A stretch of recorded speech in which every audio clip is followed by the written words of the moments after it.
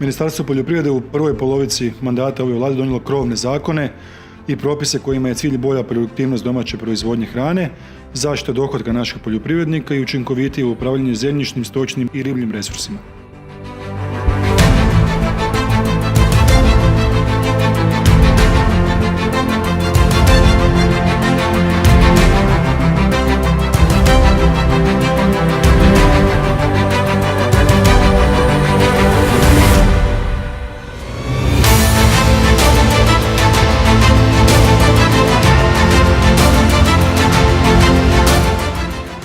Tako ćemo raditi i dalje jer želimo da poljoprivreda u Hrvatskoj postane izbor mladih ljudi, a ne da se mladi ljudi bave njome jer nemaju se baviti s čim drugim.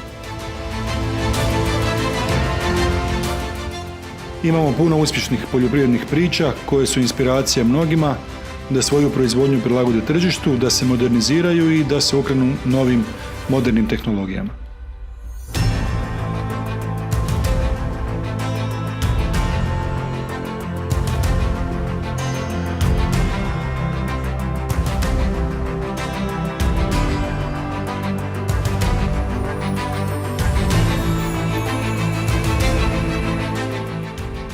Stalno radimo na tome da našim poljoprivrednicima osiguramo pošten tretman u lancu opskrbe hranom, da im olakšamo administraciju i da maksimalno zaštitimo obiteljska poljoprivredna gospodarstva koja su osnova za pomlađivanje stanovništva naših ruralnih područja.